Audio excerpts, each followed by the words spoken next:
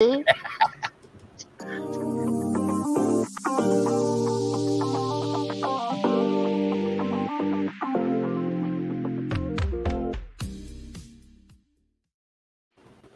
right.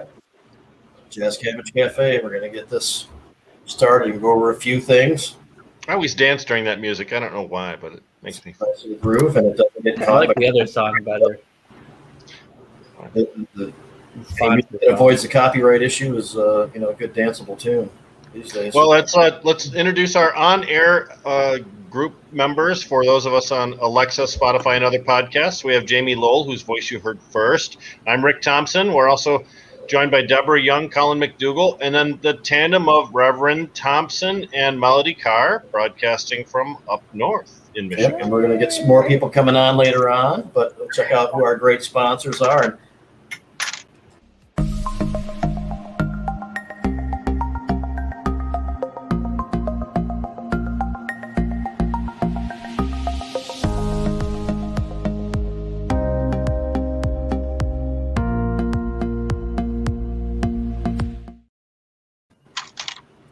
And I want to mention that a lot of our sponsors have participated a little bit in this information dissemination that we've been engaged in with the larger corporate interests trying to create some issues within the industry. And Tommy Zott from Detroit Nutrient Company was getting into a discussion a little bit with Sherbinsky and brought me in on it, and was definitely on our side. We had Russ on here last week, and the saga continues. Medical Mondays came through again. Got another great guest on last night to follow up on having president of Pleasantries on a couple weeks ago, and had the president of DNA Genetics, Rezwan, and his last name escapes me at the moment. Khan, Rez Khan is his name. Yeah, very cool dude, very aware, but caught up in all this stuff by being in association with one of the organizations, actively trying to hurt caregivers and smaller businesses. So that was an issue for many of us last night, but he did pledge to work with us from our perspective on our behalf, so we'll try to take them up on it and see where that goes. But that was an interesting conversation. The other way that caregivers are under siege still is the local ordinance method. After the DeRuiter case, many places were encouraged to try to see how far the decision from the state Supreme Court can go and how much they can really restrict caregiver activity in the city and be contrary to what the state law spells out. And it's gone pretty far in Flushing. And last night we had an online discussion with Michigan ASA about it, and to get people ready to show up at the meeting and try to dissuade these prohibitive kind of attempts to make it difficult for caregivers. This is the other way they're kind of being attacked right now. And of course, this isn't new, but these are the most recent incarnation of how it's being played out. On June 10th, on Thursday, there's a rally there in Flushing starting at 5, and at 7 o'clock the meeting. You can sign up to speak and try to help them out a little bit. So, all right, with that, let's get into the show. We do have some other people joining us. I'll bring them on. But before we get really heavily into it, we have the guys from Rainbow Farms. We'll see who's all involved in that in a second. And we have Brenda and Josie with us. And we'll talk to them also in a minute. But I do kind of want to spin around. And please, anybody who's here can get in on this. Just a couple of lines. And everybody's got a different perspective because of varying degrees of understanding this story, or just hearing about it, or being a part of it, or in the middle of it as it's unfolding, whatever the perspective is. But just curious of what it immediately means to you, just in a couple lines. Obviously, we're going to get into this in detail and break it down and try to get a really good understanding of how series of events led to where they were and the intensity, and get a better perspective and understanding of how something like this unfolds. But for me, I came on to the scene as an activist, advocate, trying to pursue business at the same time, pretty heavily around early 2009, starting a little bit in 2008. And there was obviously this activity that was already in existence, a foundation being built, a movement that was ongoing. And, I learned along the way that a lot of that motivation and rejuvenation in the modern movement that led to some successes for today had a lot to do with these gatherings at Rainbow Farm. some of the people on here today I've invited because I've heard talk about it in that respect, including Melody and Brenda, and just really, really interested to get into a lot of details on this story today, and we'll do that. But I'm just curious what others' immediate reflection, is on the farm. Needless to say, major tragedy took place there, and that's profound, and that's not lost on me. I've done a lot of research and watching of videos and things like that this weekend to learn more, and it is quite intense and touching, and I think we'll find that out as some of this information unfolds. What do you got, Rick? Well, one of the things that really strikes me about this, there are going to be a lot of people that talk about the details of Rainbow Farms, but it really strikes a chord in my mind that the news story itself could be so swallowed up by the 9/11 event that happened, so close to it, that in the media's mind, that it was no longer worthy of mention. That at this particular point, it was just shelved to the degree that we didn't hear about it at all. I think that's really a fault that we're finding with our communication system from media on down, that something of this magnitude could be so easily swept under the rug that for a generation, people can go without even knowing what happened in their own neighborhood, even in the zone around Rainbow Farm, and here in Michigan, myself, not being as familiar with it until the Kuipers book came out. We have to do a better job of keeping a heads up. And I'm so glad we're going to have experts here that can tell us where Kuipers was wrong and where the actual story starts and that fiction began. But I'd like to kick it over to Deb real quick. I have to agree with you, Rick. I had never heard of Rainbow Farms when it happened. So and I'm an avid news watcher. I've always and have been, my whole life, and I never heard of it until maybe 5 or 6 years later. So yeah, we have to make sure that we keep this out there. You never forget it. You have to make sure people know about it, about a government out of control, because this kind of shit is bubbles up all the time, and we always act surprised, like, oh, how is that happening? How is that possible? This kind of crap's been going on for a long time, and we have to make people aware of it. So I'm going to do a lot of listening tonight, and I've never been there. I want to hear from people who have been there, and I'm really interested in the show tonight. It's going to be a good one. Well, I'd like to let Colin have a moment to speak because he's a regular, and then we're going to kick it over to Reverend Steve and Melody, who have some personal experience with the Rainbow Farm situation. Colin, go right ahead. Yeah, I don't think I really understood the whole Rainbow Farms and how it kicked off the whole cannabis movement here in Michigan until about 2016 or 17 or so. I can remember I was at a Michigan Normal meeting, or no, I think it was maybe a Michigan Normal meeting when someone mentioned it, but I remember at a Motor City Normal meeting, Christine Landino kind of gave me the whole breakdown, or the whole breakdown of what happened back then. And honestly, at the time, I was 11 years old, and I really wasn't paying attention to the news, but it's pretty horrific an event that happened that just gets swept under the rug. And I'll just, and it had a lot to do with cannabis. And so, yeah, I'm like Deb, I'm here to listen. I want to know more about it and see what can be done to preserve the memory of those people and lives lost that day. I'm a photographer that I take a lot of pictures at Hash Bash, and one of my very favorite photos from all the years is Melody Karr standing on the steps, holding up a sign. Melody, you know what sign I'm talking about, don't you? Well, it could have been Melody, any of a number of versions. No, that's a Rainbow Farm sign. The sign that says "My heart still lives at Rainbow Farm," right? Yeah, it's actually a line from a Buddha Full of Rhyme song, "Smokes My Weed," and the line is, "In my heart, it's 420 at the farm," and that's what it is. Rainbow Farm was my introduction to activism. I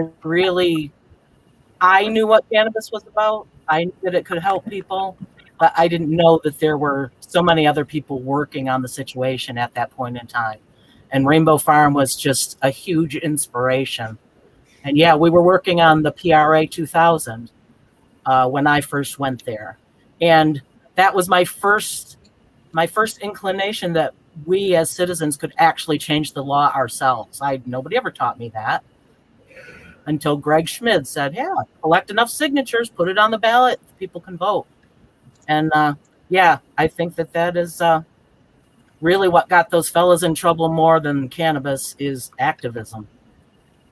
And the PRA, for those that don't know, was really Michigan's first attempt at legalizing cannabis through a ballot initiative.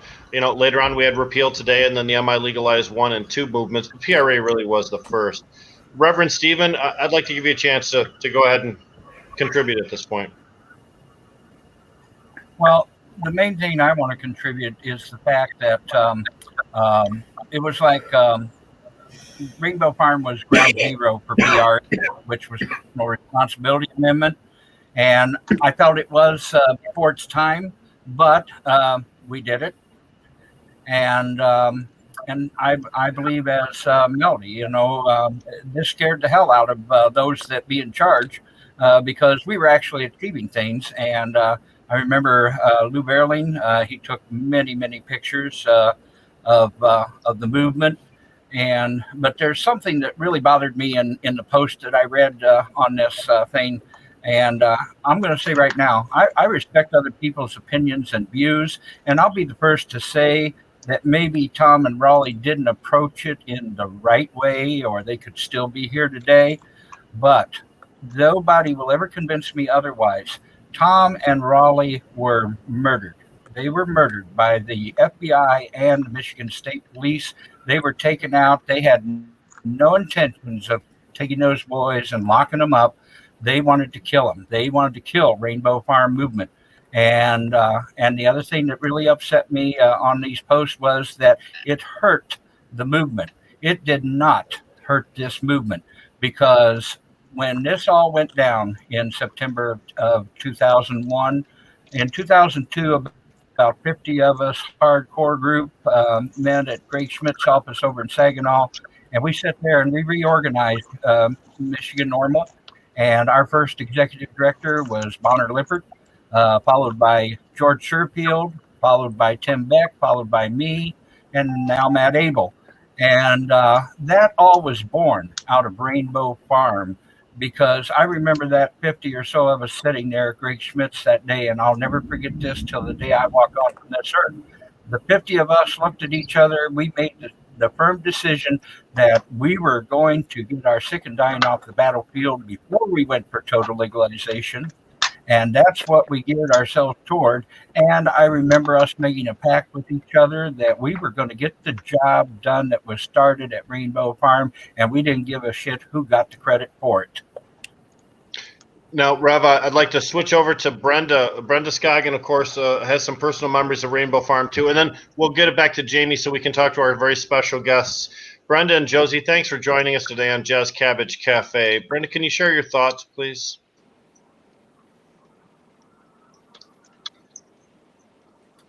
We can't hear you. Muted. Check your microphone. Oh, the young person makes a mistake with the mute button. What a change of place. What do you know? I think she just said, fuck you, Rick. Yeah, I think Yeah, she it's did still say, not "Fuck on. you, We're Rick." lip reading. Still on mute. Josie did not like that tone, that's for sure. Yeah, well, I Unmute, can't Josie. do for right now, so yeah. Oh, Rick, you're getting it good now.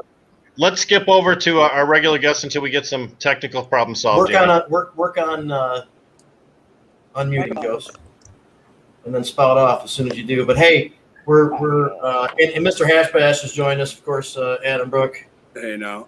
Hey, Adam, you're Nothing going to be wrong a with big his part of mic. this conversation. When I was doing a little research this weekend, you definitely showed up a lot in the discussion. So we'll Sorry, get your I was perspective. late. I was having old people technical problems.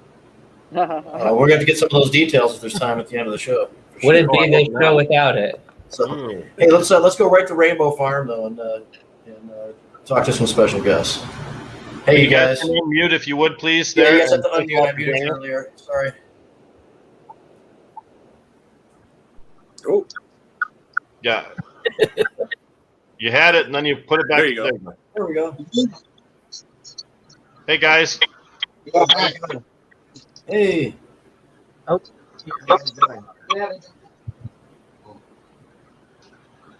we got you. You got us. We're here. Hey, you guys, let us know who you are, and let's get into the story a little bit.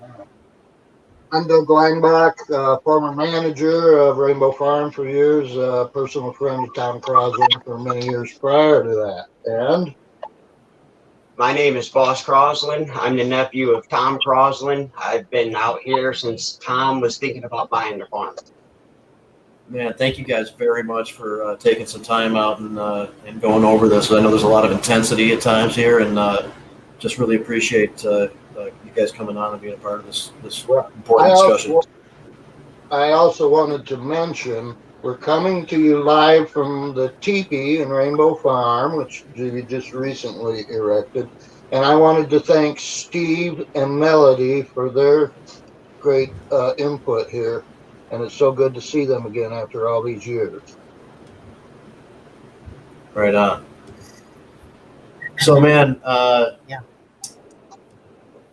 I think kind of want to get right into it. And as others are saying, maybe kind of step out of the way a little bit, because there's a point in time in this in which there is what some describe to be a domestic siege, and there's a shootout, and Tom and Rollie, the founders of this place, are left dead.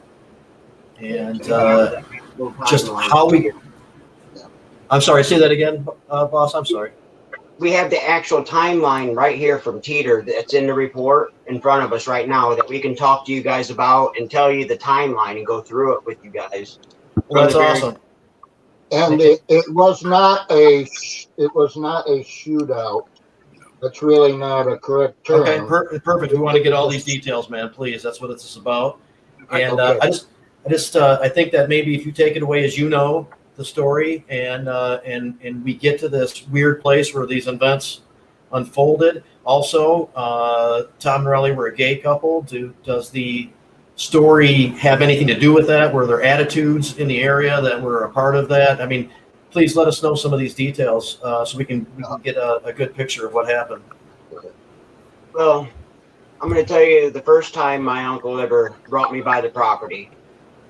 He drove by Rainbow Farms and he looked at it. He said, I'm thinking about buying this piece of property out here. And I was probably about 12 years old at the time. And I was thinking, okay, whatever, I was like 12. I'm like, it's out in the country. I was from Elkhart, so I was just like, whatever. But that was the first time Tom brought me out there. Now, as I got older, he started talking about having events where I started to meet Doug Langbach here. And We knew each other before then. And that's basically prior to what we're getting ready to start right here for it being summed up. But Doug's going to go over this report here, and I think it starts in 97. It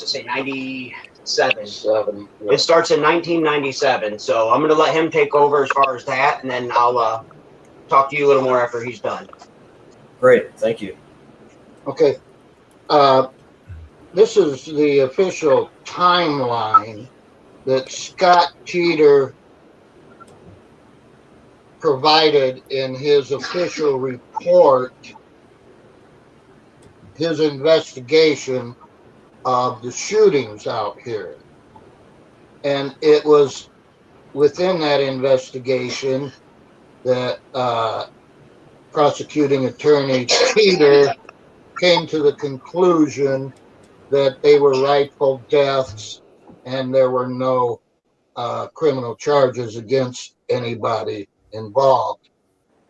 And we just find it so ironic that this timeline will show you he started all the problems and then he ends up authoring the official report that makes everybody free to go home and sleep at night. So I want to make that point before I even begin here. And it's a very short report, but it begins Memorial Day, 1997, Hemp Fest. It's blank. It just happened. Memorial 97 Hemp Fest happened. He has no comments. Summerfest 1997. Cass County Prosecutor's Office received numerous phone calls from area residents to complain about activities at the farm. If you can call outside. Trespassing, littering, noise, and property damage complaints from attendees of HempFest. That was it. That was the only problems that summer. May 1998, advertisement distributed announcing HempFest 1998. May 10th, 1998, letter from prosecutor Scott Teeter to Grover Crosland regarding HempFest. Now, this is the first of a series of letters that were exchanged. This was May 10th, 1998, prior to our HempFest.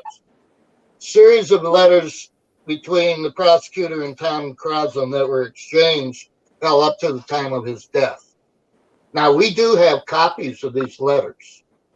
We do have copies of just about everything as far as the legal official story is concerned. And this might be a real good opportunity for me to real quickly state Dean Kuiper's book was factual. That was my job when I was working with him, was to edit the facts. I made sure what he was putting in his book was true. I worked with him for many years on that book for that purpose, for it to be factual. However, he chose to speak very much about the official story. So when we, Boss and I, are talking about the real story, we're talking about a lot of things that were not in Dean's book. Because, first of all, he presented his publisher with 450 pages, and they made him whittle it down to 300 pages. Right. Because that's the publishing business in our country today. Too much truth at once. What can I say? You can't do it. Can I say something real quick, Doug? You gotta say it. A lot of it, like Doug's pointing out here, was, my Uncle Tom, to even have a festival or event, the cost for his lawyers, whenever Teeter threatens to take everything he owns and all his money, he was trying to drain him by having false accounts. They were taking him to court for stuff that wasn't there. Just like whenever they had the Ohio, right, the nonprofit that's from right on here. Nonprofit from Ohio, yeah. And Teeter was trying to take my Uncle Tom to court, and they hadn't even called the nonprofit to see if it was an actual company. My Uncle Tom's lawyer called Teeter and said, next time, at least call the company to see if it's an actual company before you start making accusations and trying to take my client to court. I said, we need to sue you, but my client does not want to sue you. He wants to have a peaceful resolution to all this. And Tom was trying to get a peaceful resolution and trying to work with them years ago, but they would not have no part of it then. Every letter that Tom wrote on in this expressed that. And this timeline that Scott Teeter himself drew up, the reason I'm going through it with you, because it shows the pattern of harassment that was instigated against Tom Crosland and Rollie Rome, myself and his family and everybody. That drove Tom and Rollie. I mean, they harassed him to his death. They did everything they could to drain Rainbow Farm of money. And we're going to go through every detail. And if we don't hit it with you here today, we don't have a lot of time to understand. That's what the real story is about.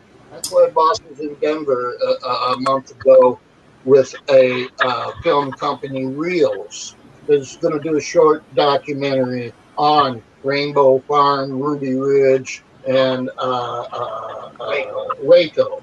Yeah, we'd like to hear about that a little bit more. But just to know, this is going to be the only show that we get into this information, and so we'll get into it as much as we can now, and we'll certainly do a follow-up. And there's a new world of Rainbow Farm that we want to get to too. And there's so much information that we're not going to confine it to this one show, man. So just go for it, and we'll see where it takes us. Would you like me to go through the timeline real quick, and we'll go from there?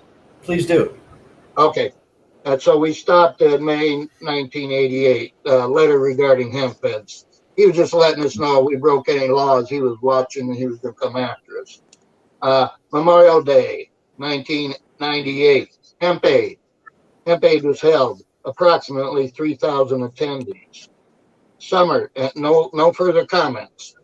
Summer 1998, this was a Summerfest of 1998, received minor complaints from residents, but none warranted criminal prosecution.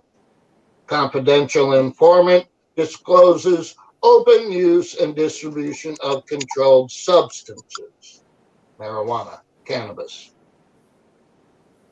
but insufficient evidence to prosecute. This is I think we were calling it roach roast by then. Because it wasn't Tom passing it out. Yeah. Well, nobody was selling it. People were sharing it, smoking it. That's the point. That was the whole point from the beginning. March 24th, 1999. Letter from prosecutor Scott Teeter to Grover Crosland regarding possible civil forfeiture. Now, this is when his letters really started getting threatening.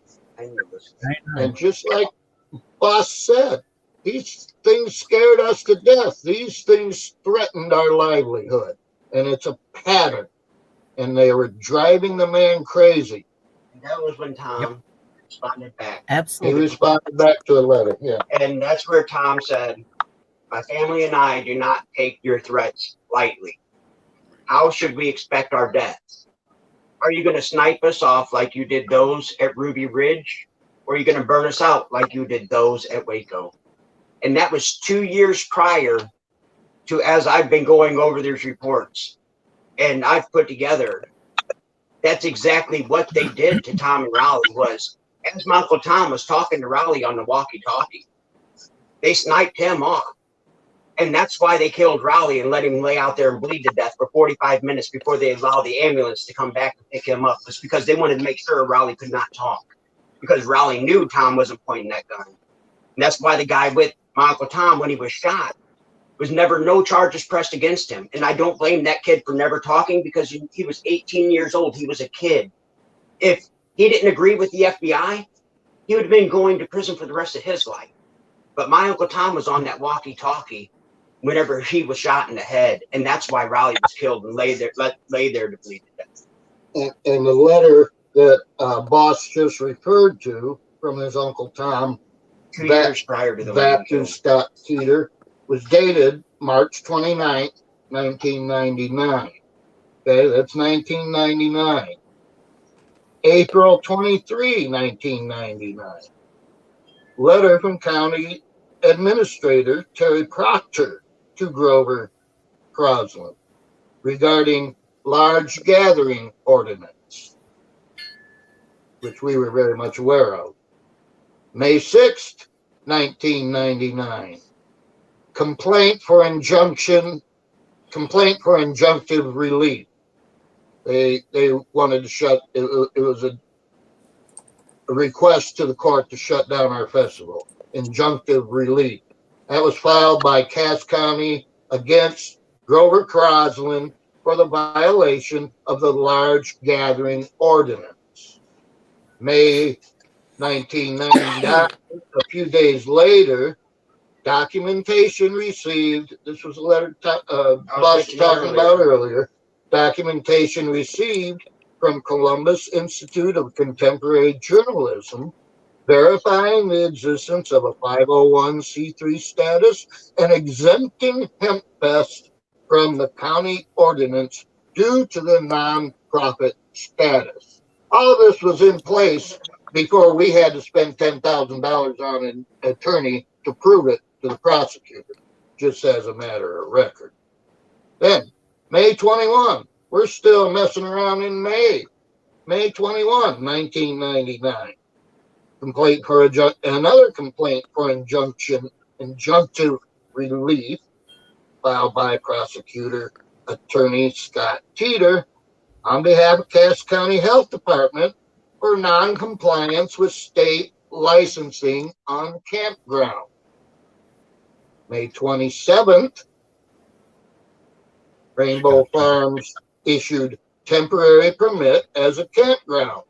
Complaint for injunctive release dismissed by prosecutor Scott Peter. Now, Rick relates to that. We just went through that a week or two ago.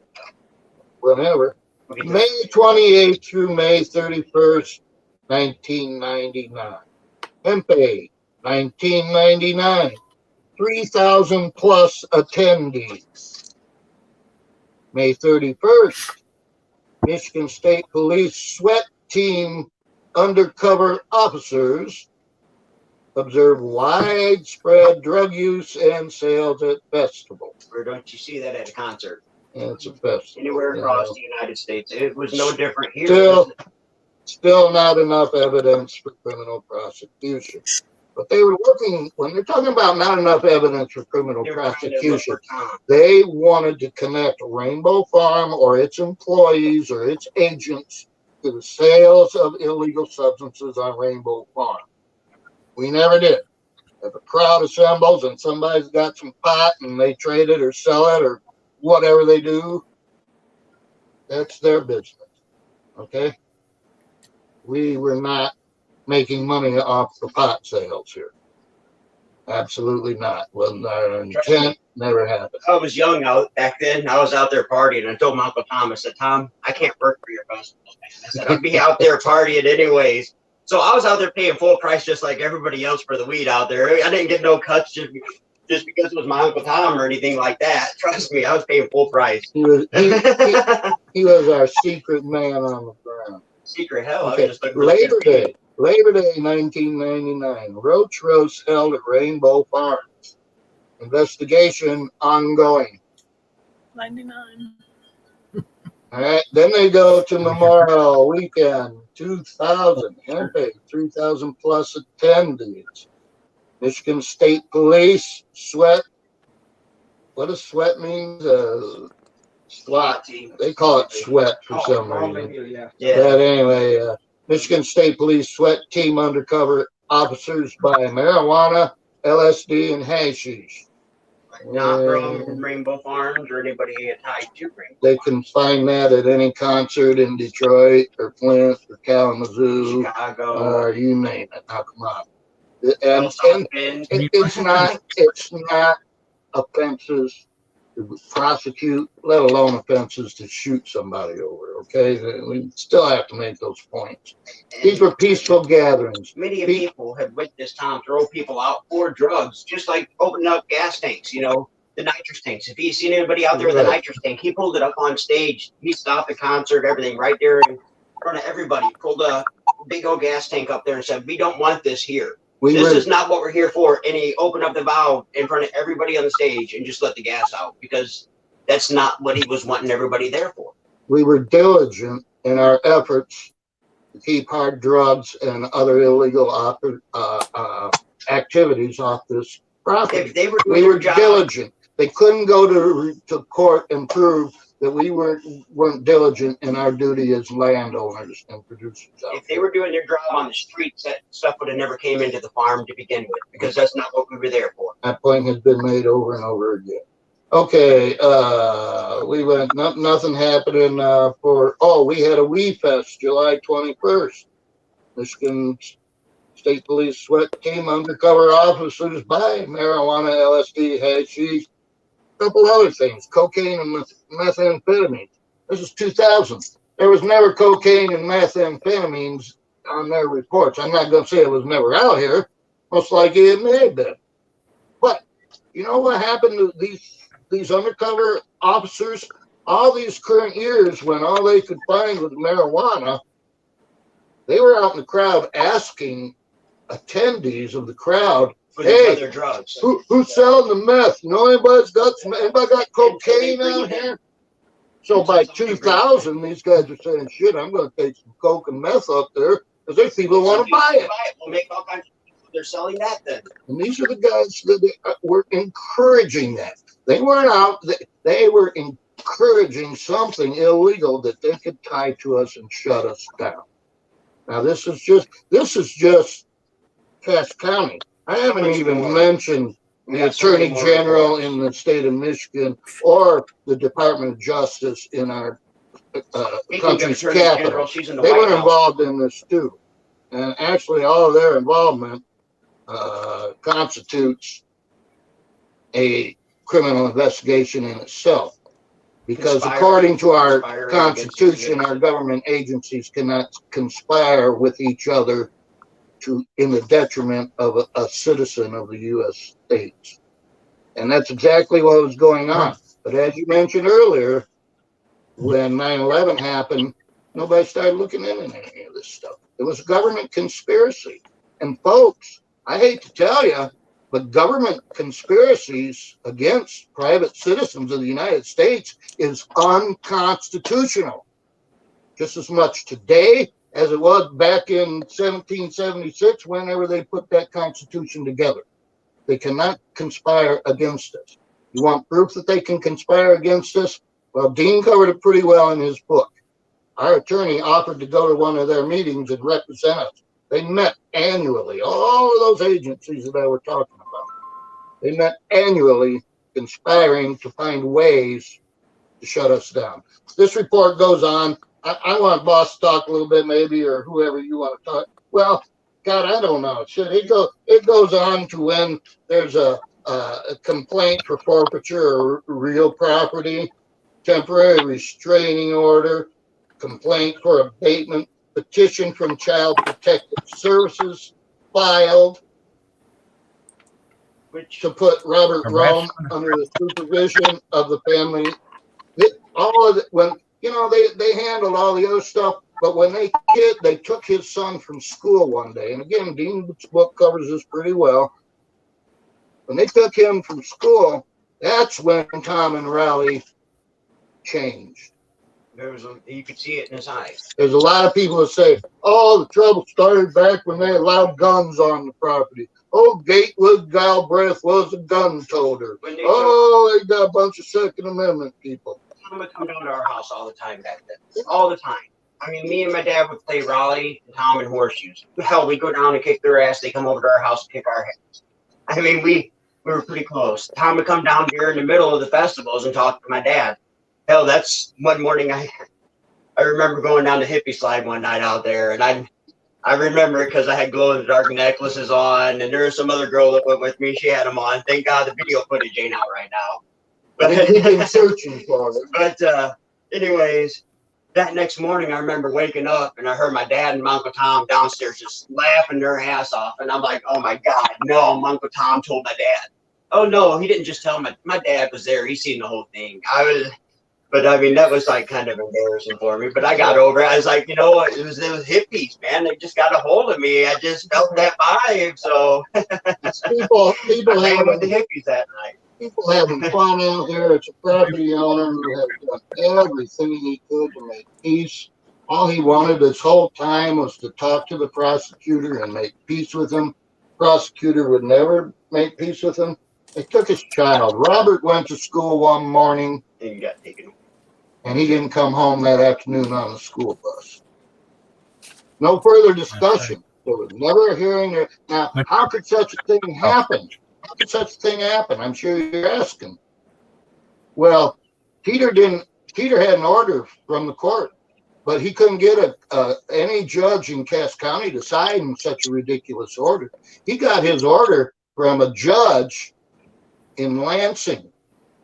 Now, I'm mentioning this for a good reason. First of all, there's a judge in Lansing that'll sign anything that'll put a kid in with the Child Protective Services. Second reason I'm mentioning, because after all of these things happened, Scott Teeter was run out of Cass County. He received death threats. He ran again for election and was soundly defeated. Scott Teeter ended up in... Pardon me? Scott Teeter ran twice. Yep. Twice, yeah, and was defeated. But you know where he got a job? You know where he went to get a job was in Lansing at the Department of Child Protective Services, where I think he works till this day. And there are lawsuits in Cass County that I know of, and there are also lawsuits in Detroit against the state Child Protective Services stating some really horrific things that those people do on a regular basis for money. There's a county that and this is in the paperwork that I had from the FBI and everything in the report, where it says something about 50% of the kids in one county being removed out of their household and put up for adoption. And it was because of how much money was being transferred. And that has nothing to do with Rainbow Farms, but it has a lot to do with Scott Teeter. Used to be $15,000 per adoption. So there's a lot that they really need to open up the books and look into what's really been going on behind scenes up here in Michigan. Yeah. And we can go into any of this in any detail you want at any time. So, I mean, you're outlining this barrage of just shit on these guys consistently over a long period of time. Yes. Picking away, laying it on, getting to the point where they're taking the child away. Building up to the point and the child being taken away, you can see that point or imagine that point of this is a new game. What they're thinking, how can we get our child back? You know, I know what you're saying. That's exactly how they were. They were thinking, what could we do to get our child back? They spent every penny they had. Everything. Just like Peter wanted. They borrowed money. They put a mortgage on this farm to fight these people in court. And then, now, here's what happened. Listen to the lawyer. It boiled down to a final hearing on all this. It was supposed to. There's a whole lot of stuff that happened in between. But I want to go to the hearing that they refused to go to. Because at that hearing, they put a whole bunch of activity together into one hearing in court. And they even did that illegally. And again, Dean discusses that pretty thoroughly in his book. Yeah. That hearing that they were supposed to go to would, with one swipe of a pen, forfeit their property to the state, forfeit their child to the state, and put both Tom and Rollie in prison for the next 30 years. Now, this is a hearing that was scheduled, illegally scheduled. And Dean explains it very well in his book. Now, they didn't want to go do that, obviously. So what had happened, he put in for a continuance. Tom told me, well, he wanted to. Yeah, tried. Tom told me a few days prior to that, don't worry, Doug, we paid a lot of money to get a good law firm in here to take care of this for us. $20,000 for a retainer. I can't remember their name. I was hoping it got mentioned on here, but Vlasic and something out of Kalamazoo. $20,000 retainer. He was borrowing money to get an attorney to get him out of it. And all he wanted was a continuation of this hearing. Now, this high-dollar attorney told him, oh, well, we'll just have to wait and see what happens in this hearing first. But they're going to take everything. They would not file a continuance. They wanted to see what would happen in this hearing first, which to me doesn't make much sense and didn't make much sense to Tom. I said, well, Tom, everybody knows what's going to happen in that hearing.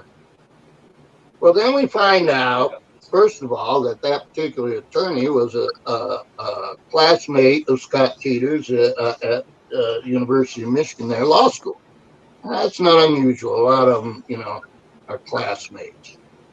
But what I feel is unusual, that after Tom was killed, that same law firm that already had received a $20,000 payment from Tom Krauselin was put in place by Scott Teeter to represent the estate of Tom Krauselin. And when all was said and done, the estate of Tom Krauselin paid that same law firm another $25,000 for their work on the estate, which might have been worth about $5,000 at the most. Now, these are the kind of things that, in my mind, they took from Robert. Yeah, if they took it from the estate, they took it from Robert. We were trying to protect. We can go in great detail about how the estate was mismanaged, how this property up here that we're sitting on right now was mismanaged.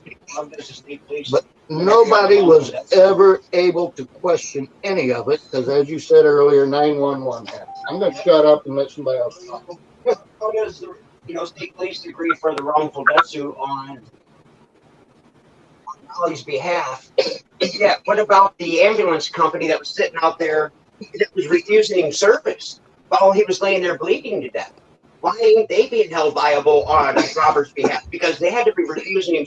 Somebody had to deny Raleigh's service while he was underground because they were already up there with him. They already had readings on him after they shot him. But yet they would not allow that ambulance back and service him until he led there and bled to death. And that's in the autopsy report. Right. That's how he died, was from bleeding to death. So let's get some of the events leading up to that moment. I mean, when they show up now, the discussion out there, and I think why some people are confused is they basically the day that Tom and Rollie were supposed to turn themselves in. That's the day Tom started to set fire to his buildings, and he told us. Like I said, I'd already seen that look in his eye. They had already drove him to that point where Tom had no choice, and he knew this. He said, they can kill me and take my land, but they're not going to take anything I built out here. I'm going to burn it to the ground. And I know other people that have had such feelings.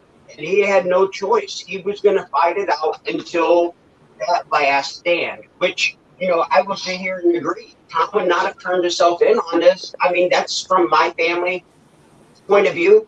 But also, I've had them reports for a lot of years, and I've gone over them reports many a times to where I've read where the one FBI agent says one thing, but then maybe later on down the road he says something a little bit different. Just like the Brandon Peoples that was with Tom when Tom was shot in the head, that says he's seen nothing. But the thing is, that's when the guns came out. When they brought guns out here for self-defense because they knew if they didn't go to that hearing, they were going to begin getting shot at. No, and all they wanted was a fighting chance. And I agree, and that's why Tom. Now, that being said, I also seen to where one of them says in the reports, and it says Tom radios to Rollie and tells him incoming. All right, now I can start back at the beginning. I'm going to go back a little further because Tom starts burning down the buildings. Okay. As Tom's burning down the buildings, the fire department's called in, but they're getting warning calls coming in from somebody saying, don't go out there, this is a setup. Now, Tom was burning his buildings because he was not going to leave anything for them to take. He would not have shot at the fire department. That's not, whenever he shot at the new Center 16 helicopter, he honestly did apologize for that, and he said, I really thought it was the state police helicopter, and I apologize for that. But my question to them is, if they're not allowing the fire trucks and everything to come back to the farm to help put out fires, then why in the hell are they allowing a helicopter to fly over low to the ground when there's reports of shots fired and buildings on fire? Then why are they allowing a helicopter to fly over? Hey, boss, I just got to ask a question, though. You mentioned that they were going to go to a hearing that they were expected to. Can you tell us the nature of the hearing they were expected to attend?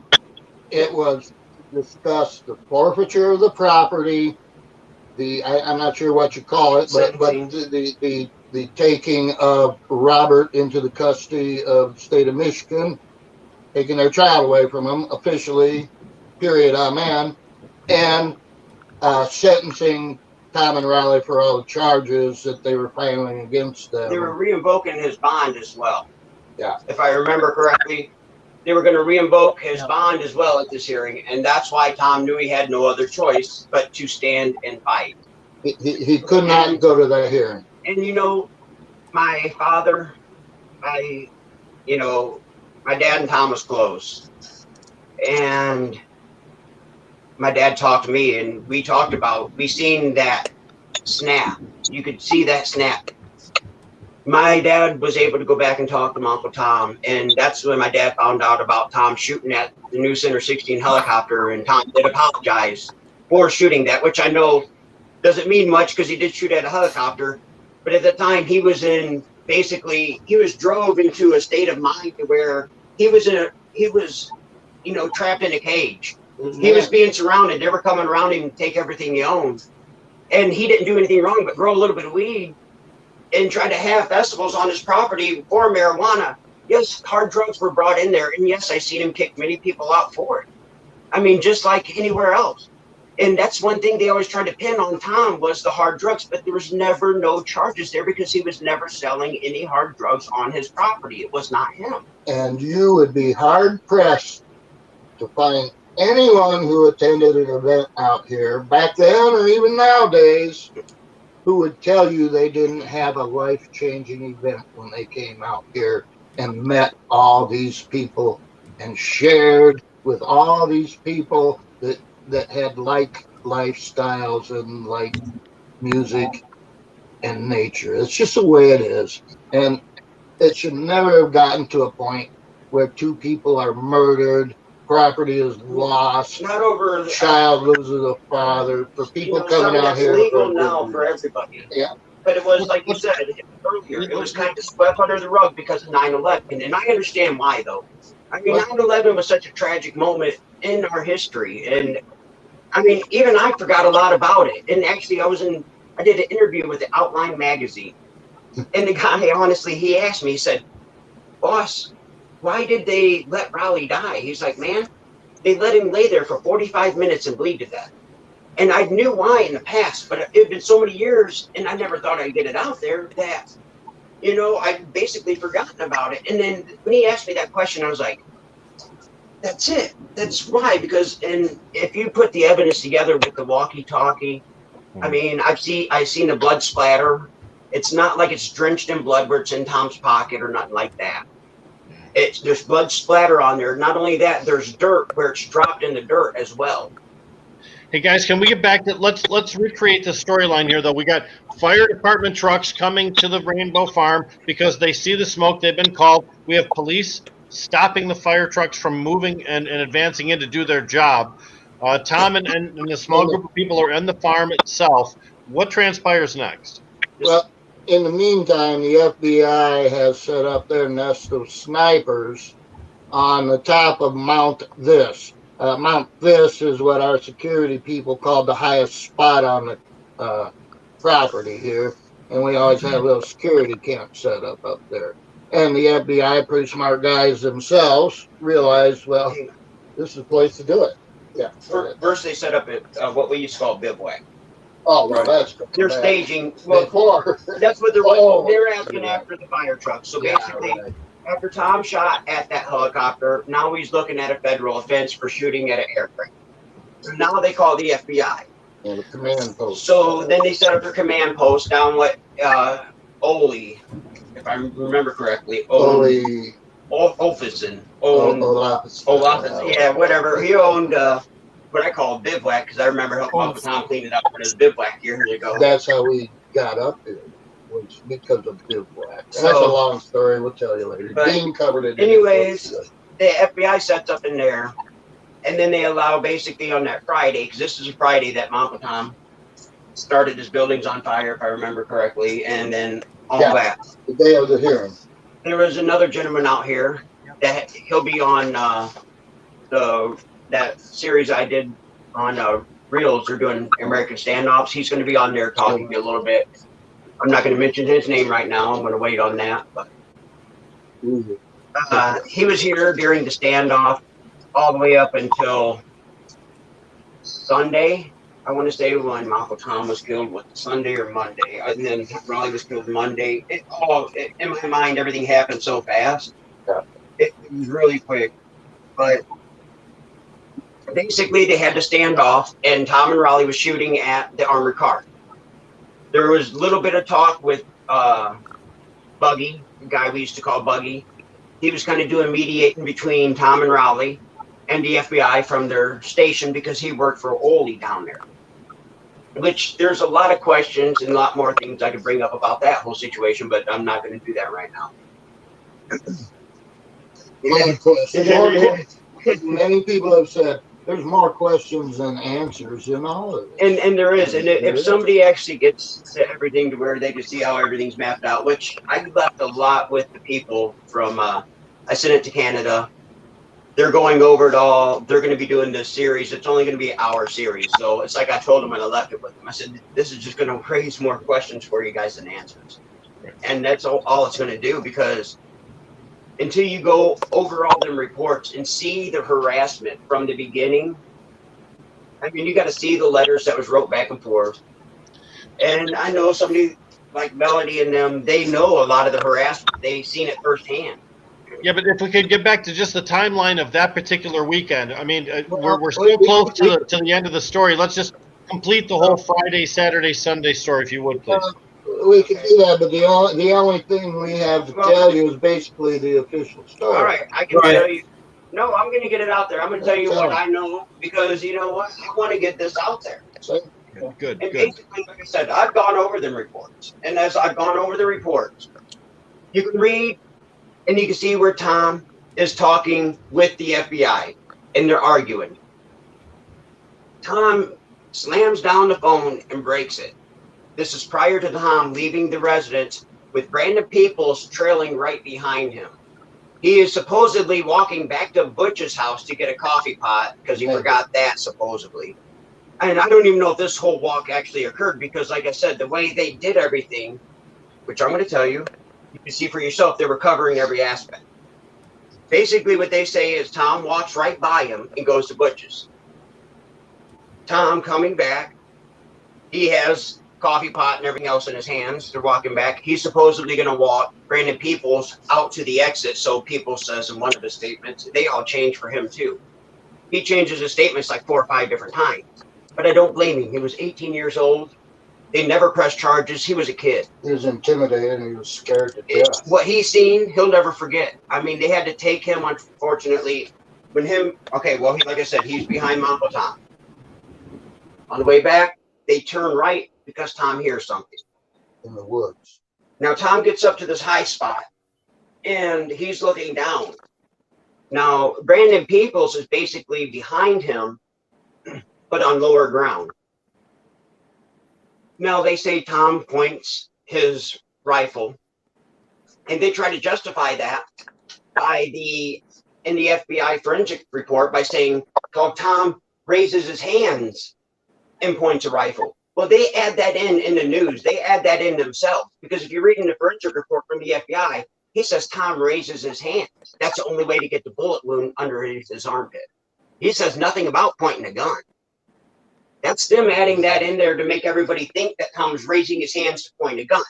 No, Tom is raising his hands, and Tom talked on that walkie-talkie and told Raleigh incoming. So after they did that, now that they shot Tom in the head, that Brandon Peoples was behind him, who says he didn't see anything. Well, in the reports, he has to go have skull fragment and my brain basically cleaned out of his eyes for being directly behind him, which I don't know how that's going to happen if Tom's killed uphill of him and they're shooting uphill at Tom's head and he's standing down below hill from Tom, and it also states that he's bent down tying his shoe. So that's how he didn't see anything. So somebody that's on lower ground than my Uncle Tom, bent down tying his shoe, looking down, that's why he says he didn't see anything. When Tom's shot, but he also flips out because in the report, the FBI, they thought they shot him too. Whenever they shot Tom, they also thought they shot Brandon Peoples because he basically passed out from the shot. But then when he came to, he was freaking out like, oh my God, I've been shot. Oh my God, I've been shot, which I understand why after everything that just happened. But he states that he never seen anything. He don't know what happened.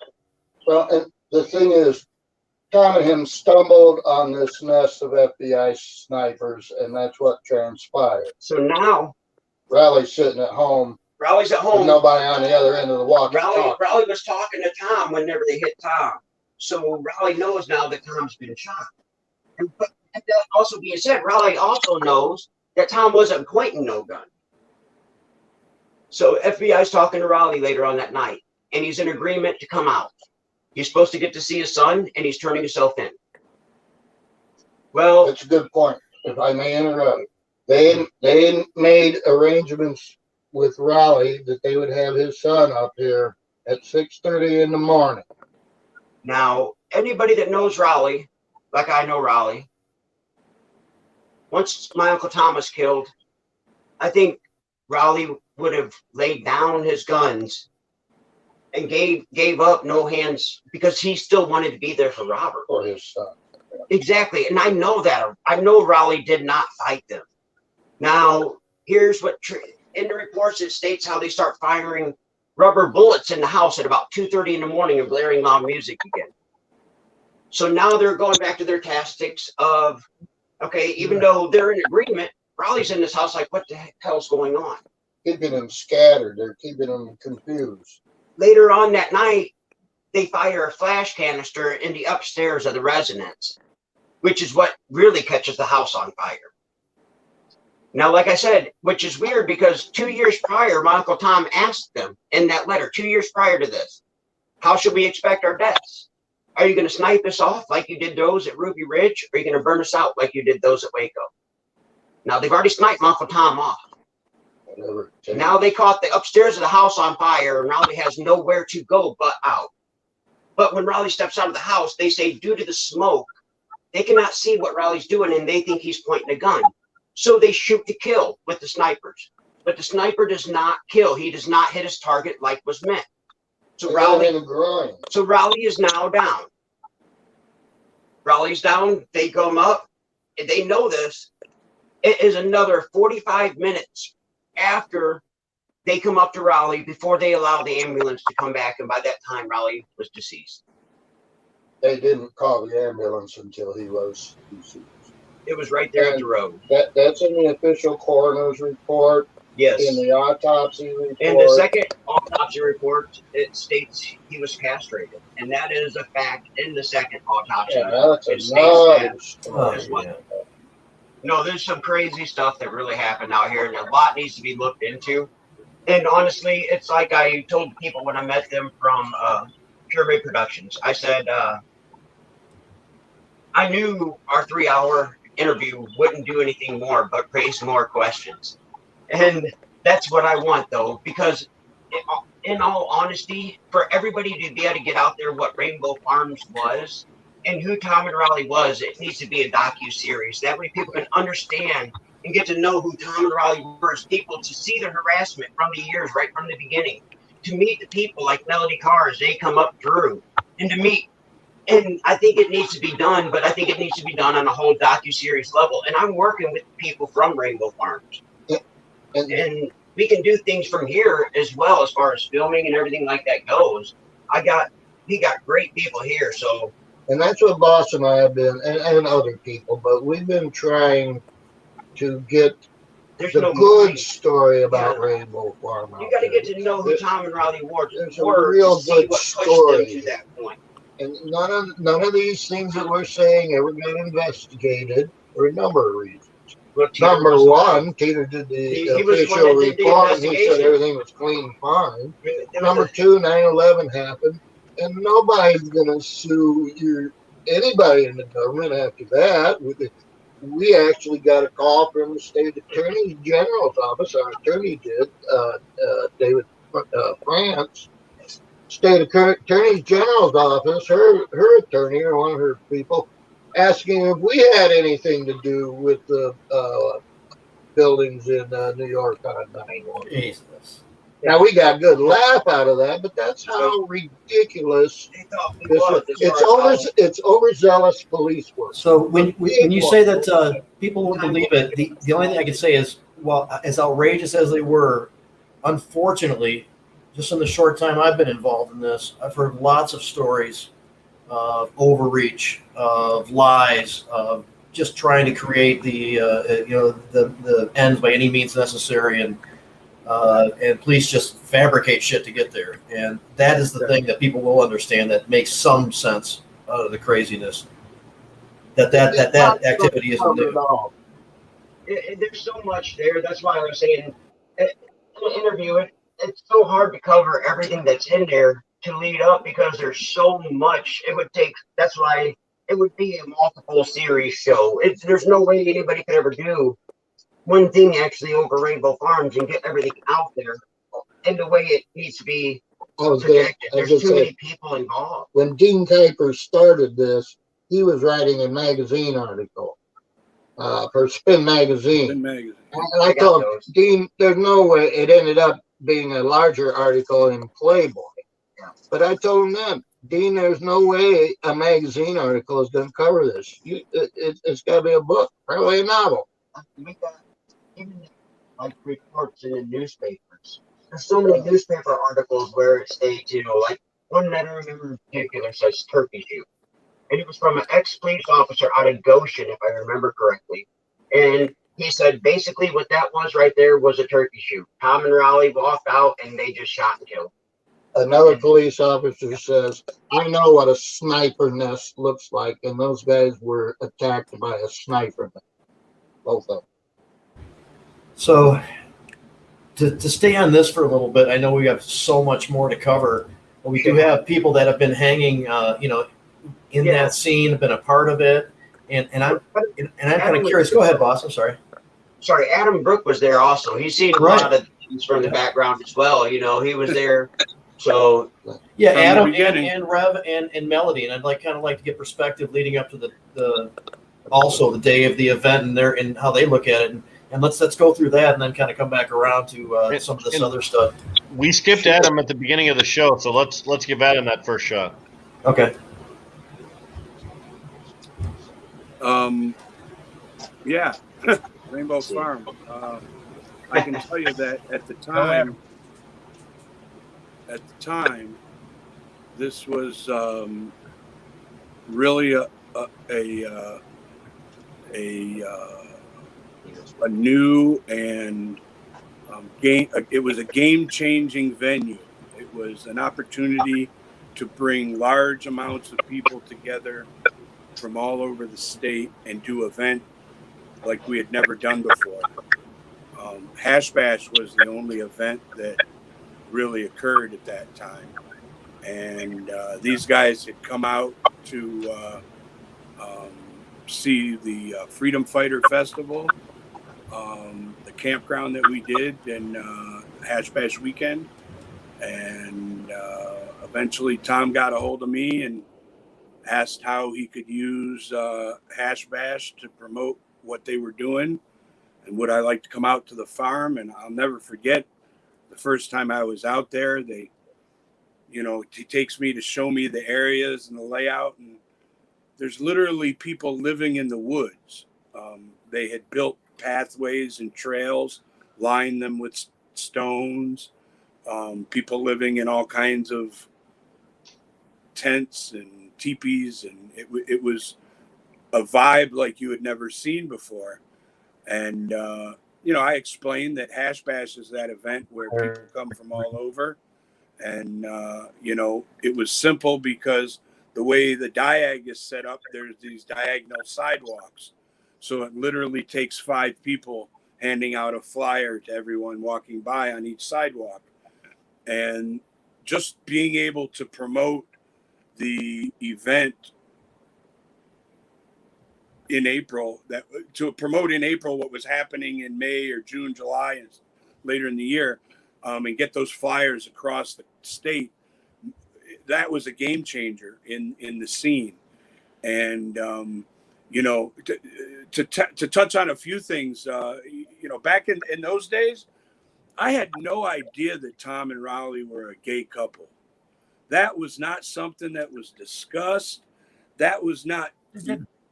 I wasn't privy to that. I didn't, nobody said, hey, we're a couple gay guys doing this. Now, once I realized that, and once we talked about it, and I like to talk about this, I said to Tom, this venue's awesome. Why don't we do some pride events? And he said, I don't want anything to do with that. I want to do marijuana events. I want to legalize marijuana. And, that was what he was about. That's what they were about. And, I spent years taking phone calls from Tom as Doug went through that timeline with those letters. Every time Tom would get a letter or something, we would talk. And it wasn't a secret what was going on with him, but we knew that the government was trying to civilly at the time mess with him. And it wasn't until his son didn't step off the bus that we thought we might have had a chance. And the real tragedy in all of this, and that's why I think Dean's book is while it doesn't tell the whole complete story, as Doug said, it is factual. Doug's story or Dean's story is written in such a way, I believe, that Dean knew that this story was never going to get its proper due, and that we need something written that people can look at and say, wait a minute, what's going on here? What I need to delve into this a lot more. And he created not just, I mean, obviously there's an official record, but he created a public record that may not have happened had he not taken up that work, you know. But the reality of it is that had 9/11 not happened, the Attorney General of the state of Michigan may not have become the Secretary of Energy. That's the reality of Rainbow Farm. And I like to talk about this for that reason and that reason only, because none of this would have happened if the Attorney General of the state of Michigan wouldn't have signed off on the foul, evil nastiness of Teeter. So, you know, they're all in cahoots together. And obviously, 20 years later, we know that the government has done all kinds of cover-ups. And this was a very small cover-up. It didn't require that many people. And they did a good job. And it's guys like Boss and Doug who are fighting to get this story told to the masses, and they're correct. This isn't a 1 hour or a 2 hour story. I mean, you couldn't make a Spike Lee couldn't make a movie out of this. He'd run out of time. This is a series, because you have to see how these guys did this over years of building up what was going on, and for it to end so tragically. It's pretty obvious that there was some ulterior motive to these government types. So, you know, I could rant forever on this, but you know, I can remember getting the phone call saying that there was a standoff, and a lot of people started calling around. Are they coming for everybody? You know, we never knew it in those days if they were going to hit out everybody at once or what. And if you were in the know, you knew exactly what was going on, and you knew that Tom wasn't going to his hearing, and that this wasn't going to end well. But one thing I would like to touch on, because in Dean's book, and I don't know if there's some irony to this because I ended up going to prison for guns, but in Dean's book, I kind of self-out myself as a gun nut. And at one point I had asked Tom, you know, hey man, you got a nice piece of property out here. Can I come shoot out here, you know? And Tom was real against guns and real against having that type of scene at the farm, to the point that they got rid of using the Michigan militia guys as security because they didn't need that look, and that vibe just wasn't there. And you know, these guys weren't about fighting with the government. They didn't want to fight with the government. And the government brought the fight to them, and they just wanted to be left alone. And Teeter wanted that property. That's what that was about. That was about splitting up that piece of property and making it go away. And they did that. And, you know, I hope in the next couple of years, we can get enough traction on this story that it reaches to the White House, to be honest with you, because I think that, you know, the Secretary of Energy has a lot to answer for. Mind you, the last Secretary of Energy was from Michigan, and the lights went out on him. So this one, we'll see what happens.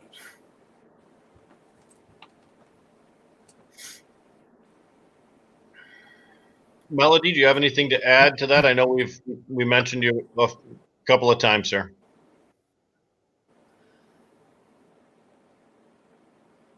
early days of Rainbow Farm. My first experience there was I saw an ad in High Times, and I went to Hemp Aid 2000. And so by that time, they were already trying to build their case. But it was clear to me that it was like a really, really special place. It not only had music, vendors, all of that stuff, but there was the activist tent where all different causes came together. Spiritual. And so it was really important to me right from the beginning. And so I was there for 2 solid years, 99 and 2000. And then during the summer of 2000, I forget which festival it was. It might have been Hemp Aid. I experienced the police harassment in person because I was caravanning with my family. I had my 3 kids. They were like 9, 12, and 14, something like that. And we were following my niece and her boyfriend. Well, by now the cops were pulling everybody over hot and heavy around the farm. It was like running the gauntlet to get through there. And they talked about like, oh, they're creating traffic issues and blah, blah, blah in the neighborhood. Well, what really creates traffic issues is pulling over several cars at once on those twisty, turny roads. But so they went around me. They were waiting on Route 60, the main road. My family turned, I turned after them, and the cop followed me, but then he went around me and pulled over my family. They had never been there before and they didn't know where they were going. So I pulled over too. Well, kids never, ever, ever pull over behind a police officer because they will come shooting out of the car with their gun in their hands, pointing at you and your kids with their hands shaking like this, going, "Let me see your hands, everybody. Put your hands up, put them up, put them up." And my kids are having their hands up and I've got my hands up. And so anyway, that was like a whole story, but the harassment was real. They were making it as hard as they could for these guys to operate. When we heard about the raid in May where they first came in and they were looking for tax records and they found the grow and all of that stuff. And then we heard that there was a court date where they were trying to get an injunction against letting Hemp Aid happen that year. So my friend Tina Moss and I went down there and I expected like a lot of people. I expected like signs and protests, and because there were thousands and thousands of people at the farm. But little did I know that like not very many people are in there for the protests. There ended up being 5 people out on the corner that day. People were scared. Yeah. A lot of people were scared, and I understand that now. At the time, I was really irritated that not all that many people showed up. I was like, oh yeah, you're here for the party, but not for the fight. But I did not understand the level of harassment that the local people and the people that were more heavily involved were really under at the time. I've got a lot better understanding for that now. But anyway, being in the courtroom during that injunction hearing, I personally heard the judge say, or I heard the prosecutor say that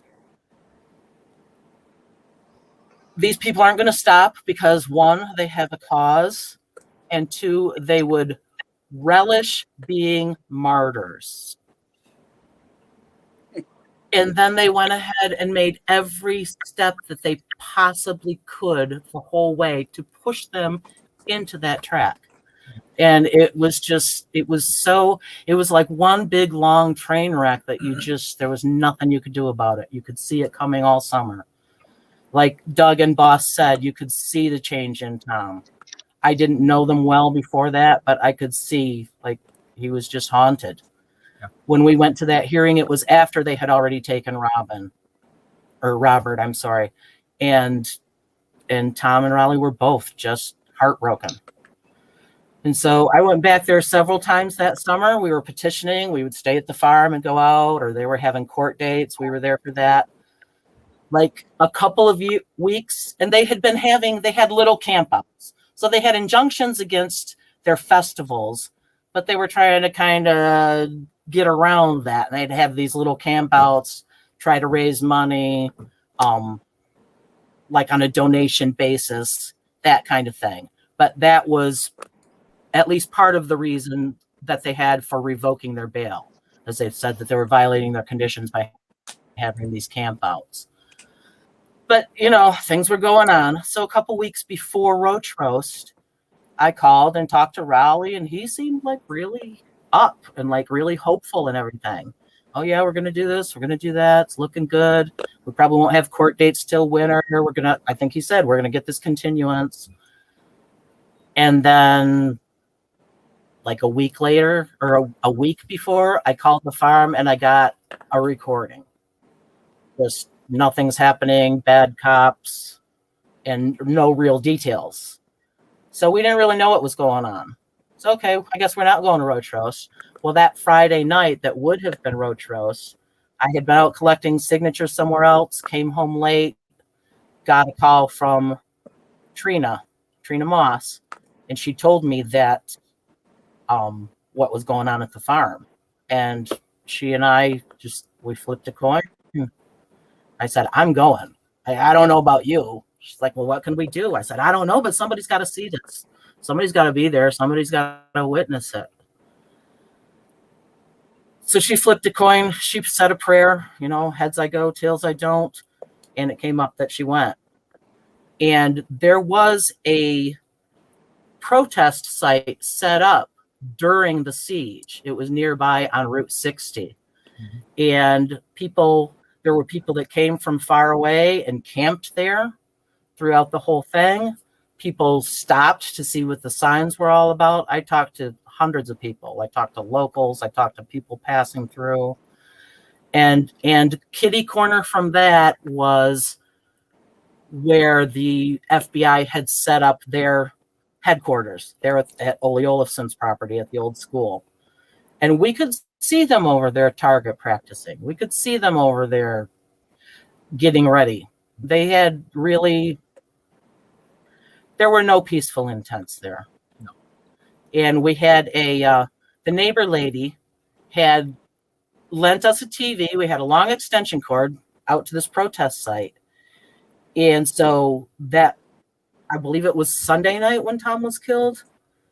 It was getting ready to rain, and we were all over at right around the corner from the protest site is where the actual barricade was, where they wouldn't let anybody pass.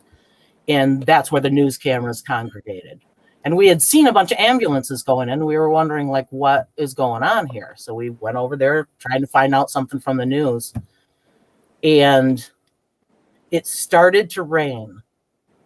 And so I went back to the protest site to roll up people's car windows. And that's when I saw on the TV that Tom had been killed. And so I went back and I told everybody what was going on, that he was already dead. And as I was telling them this, the skies opened up. It began downpouring. There was lightning from horizon to horizon. It was like apocalyptic. And there was a moment there when it seemed like they brought more cars more police to the barricade because so many people were there. People started yelling. There was Nikki that worked at the store. I can still hear her off to my right screaming, "What about Robert? What about Robert?" This lady came up to the barricade and said, I'm so-and-so's mother. My son is a friend of Robert. He's staying with us. He asked me to come here and ask them to please not kill my dad. I mean, the whole thing was just crazy, horrendous. And never during that time did I ever get the inkling that anybody wanted to de-escalate as far as the law enforcement side. They had it in for these guys from the start. It was just basically they knew what they were going to do, and they went in and they did it. And so, yeah, it was a really crazy situation. And unfortunately, it was that point that we knew that at any time they could come for any of us and do this, because, as Doug pointed out, there was nothing happening at the farm that really needed this type of response. This was No. This was it should have never gotten to this. This is a prime example of why you don't call the police. Yeah. I grew up in a campground. I grew up in a state park. My father was an assistant supervisor at a state park, and we actually lived in the campground. And I sure am glad they never came back after my dad for any of the drugs that were sold in that campground, because they were all fun. Wow, Can that was a very I'd like. Go ahead, Steve. I just wanted to share that my first festival at Rainbow Farm and first getting to meet Tom and Rollie was in the summer of 2000. For 20 some years, I volunteered to run the public kitchen every Memorial Day and Labor Day weekend back in Columbus, Ohio for the Moon When the Pony Sheds powwow for the Columbus, Ohio Native American Indian Center. So I wasn't able to attend those festivals. But my first one was We 2000. Diane and I took our fifth wheel, and we took a couple of friends from Manton, Bob Crawford and Mary Crawford. Mary is actually the one that got me involved in PRA. And we set up, Tom set us up right beside the chicken coop, right across the road from the chicken coop. We had a pickup truck. Excuse me. We had a pickup truck, camper pull in right beside of us from Indiana. Those folks were from Indiana. And then we had this fancy motorhome pull in on the other side of us, on the other side of the pickup truck. And we would always invite them to sit out and smoke with us. And these guys in the motorhome, I found out after the fact, as I was reading all the information, the FOIA information over at Tom's dad's house, that they were the law enforcement, undercover law enforcement, and they never wanted to smoke with us. But every morning, I remember us getting up, and anybody that knew Tom and Rollie knew that glass wasn't allowed in anywhere on the campgrounds, and they were very big into recycling. And every morning, the folks from Indiana and we would get up and clean up the damn mess all around the area that the motorhome guys had made with beer cans and hard liquor bottles and what have you. And but anyway, when this all went down, I was at the powwow. Greg Schmid called me. I think it was about 5:30, 6 o'clock in the morning on Monday morning at the motel. He was freaking out. All the news media was trying to get in touch with him, and he wasn't taking their calls. He didn't know what to say to them. He felt so responsible for what was happening because he felt that it was all his fault because of bringing forth the PRA amendment. And I spent that day finishing up at the powwow. I got the kitchen tore down as fast as I could, put my stuff in. I drove straight through back here to Benzonia. I threw the kitchen equipment out the vehicle and threw some camping gear in. And a friend of ours, Vietnam War veteran, Ben Pelch, Diane called him and he said, "You're not going by yourself. I'm going with you." And we drove straight back down to Vandalia. I think we got there early Tuesday morning, if my memory serves me correct. But I remember that when we got back there, and I was so angry. And I've tried to live a pacifist all my life, but you know what? I try to put myself in Tom's shoes, especially, and what he went through. And I think every human being, every one of us as human beings has it within us to snap and make the wrong decisions. And I think I would have done the same thing that Tom had done. And, but when we got back on those grounds on Wednesday night, because after they killed Tom and Rollie, they couldn't keep the grounds away from the family anymore. And we got back in on those grounds. I'll never forget the mess of the beer cans and the liquor bottles that we picked up on those grounds. And I remember us standing around that burned out farmhouse, joining hands, and we declared that sacred ground. That night we declared that sacred ground. and in the memory of Tom and Rollie. But, you know, Doug says you're going to come away from this with more questions than you have and answers. And here's a question for anybody that's listening. If they weren't out to murder Tom and Rollie, to take them out once and for all, where in the hell were the rubber bullets? Where were the bean bags? You know, no, they were out to kill them. And that's exactly what they did. And I am proud of the fact that we have kept Scott Teeter. I think he had visions of being attorney general someday, maybe being governor. And of course, Jennifer Granholm was at that time the state attorney general.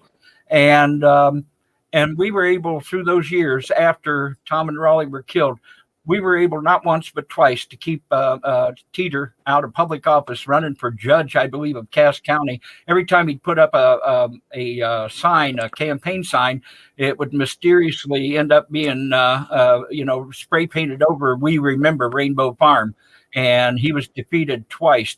The other thing I'm so proud of is the fact that, thanks to Benzie County Dems, right up here, it started with Benzie County Dems unanimously passing to support a resolution to support our medical marijuana initiative of 2008, effectively put Democrat Jennifer Granholm in the corner of her office with a piece of duct tape over her mouth. She could not speak out against our initiative. And that all started right here in Benzie County, went to the 101st District. They passed unanimously, and then went on to the state convention, and they passed unanimously to support our resolution. And so how could Jennifer Granholm speak out against her own party? So when somebody says that Tom and Rollie, what they did, hurt the movement, I call bullshit. They did not. They did become the martyrs. They became the martyrs, and they are the ones that gave all the rest of us that survived the power to push forward and see that our sick and dying were taken off the battlefield first. And then to see that we finally got recreational, the right for anybody to grow and consume that wants to, and now here we are in a battle again. You know, they want to eliminate the local growers, and it's not going to happen, because as long as we have breath, we're going to fight. And so don't let anybody tell you that Tom and Rollie hurt the movement. And always ask yourself the question, where the hell were the rubber bullets and the bean bags if they just wanted to diffuse the situation? No, they didn't want to diffuse the situation. They wanted to kill him. Yeah, after they killed Tom that night, when the storm cleared up, the moon rose, and it was blood red. It was like there were crazy sky signs through all of this. The day of Tom's funeral, double rainbow with two doves flying into it. Are you kidding me? These things really happened. Yes. So the red blood moon that night, and in the morning, I went to the town nearby. I went all the way into Cass, and on my way back to the protest site, I saw the smoke rising from Rainbow Farm again, and I was like, "Oh shit!" And when we heard the story about Rollie, that an hour before he was going to see his son, he came out shooting. Bullshit. I don't believe that for a minute. I was there all summer. That's all Rollie wanted, was to see Robert. Yep. Every time we were there, I talked to Rollie, and he cried about Robert.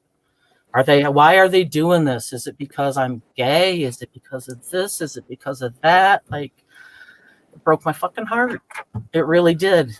And to think that I'm going to make this deal to see my kid, but no, instead I'll just throw my life away. No, I don't believe it for a second. Thank you guys so much. I mean, this offers up the kind of perspective I think some people need. Very, very intense. I mean, those guys were traumatized. Yeah. They didn't make rational decisions, but they were hounded and harassed and traumatized. Yes, they were. For months and years, apparently. So, yeah. Their state of mind was not really logical. No. But again, that's what government does, is they do things and then they try to create reasons after they've done it. And those reasons never satisfy all the answers because they were created after the fact. The government hasn't even told the truth. That's the problem. That this is a cover-up. There's the problem. This isn't just a lack of a story. This isn't. Listen, I mean no disrespect to anybody. I've said for a long time, I have a hard time getting upset over the death of your 3,000 people because a week before, my government, my state government, murdered my 2 friends. Okay, and I was too busy dealing with that to pay attention to your 3,000 people that you lost. Okay, that's a burden on me. The reality is that Rainbow Farm changed many people's lives. I would have never thought that it would have ended this way, but as soon as that ball started rolling, it was a foreseeable end. It made sense. The problem is the government story that we all told makes no sense. I worked with Dean Kuipers on his book tour. I was his assistant, took him all over the country, and we told this story from that point of view. And I had to bite my tongue because I knew it wasn't the whole truth and that the government was lying as they always have. And it's the problem is they're immune. They have this immunity, and they're talking about it now. It hasn't changed. And they did these 2 guys dirty, and somebody needs to pay. And even if it's just getting the story told, personally, I'd be happy to get the truth out there so that people know who did what and who was responsible. We know the names of the individuals that pulled the triggers. We know their names. I would love to have a conversation with those 2 gentlemen. Okay? But the reality is that they were sent there by superiors to do a job, and they did their job. And our movement was catapulted because of that. Catapulted. It invigorated people, in my opinion. Unfortunately, Tom and Rollie were funding us. And that, as we all know as activists, that's the most important part of the activism, is where's the money coming from? Yeah. And these people shut off our money, and that caused a little hiccup, but we came back. And if it wouldn't have been for Tom and Rollie, we wouldn't have been where we are today, I can tell you that. Right on. Hey, Rev Steve, have you ever just by chance happened to mention this to our current Attorney General Dana Nessel? I know you've had a couple of opportunities to cross paths and work with her and have discussions and stuff like that.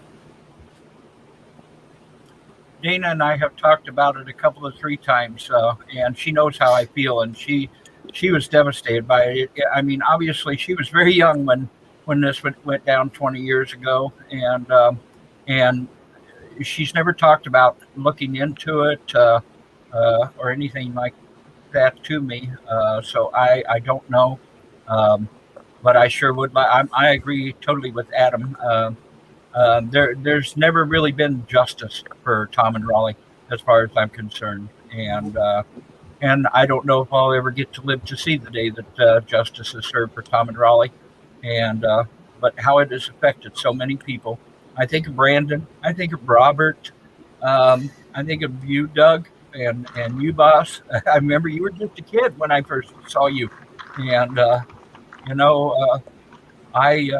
I hope and pray that someday justice will be served, and the people that did this, that made this happen, are held accountable, and because that's the only way that true healing is going to come about.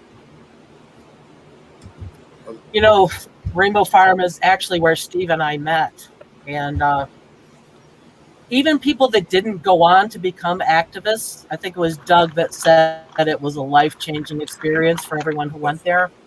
I invited other friends of mine, and we live, I think, 4 hours north of Rainbow Farm, and I remember my friend Chuck was there one time, and I just happened to bump into him. He was riding his bike on the trails, and he said, "Thank you so much for inviting me here. I have never felt so safe in my life." And that is really how it felt. When you got to Rainbow Farm, you might have to run the gauntlet to get there, but when you're there, you're safe. Nothing could touch you. And until that sanctuary was over, it was. I just wanted to add to that what Melody was saying, that I also, because of who I was, ended up on stage a lot at Rainbow Farm, and repeatedly throughout the event.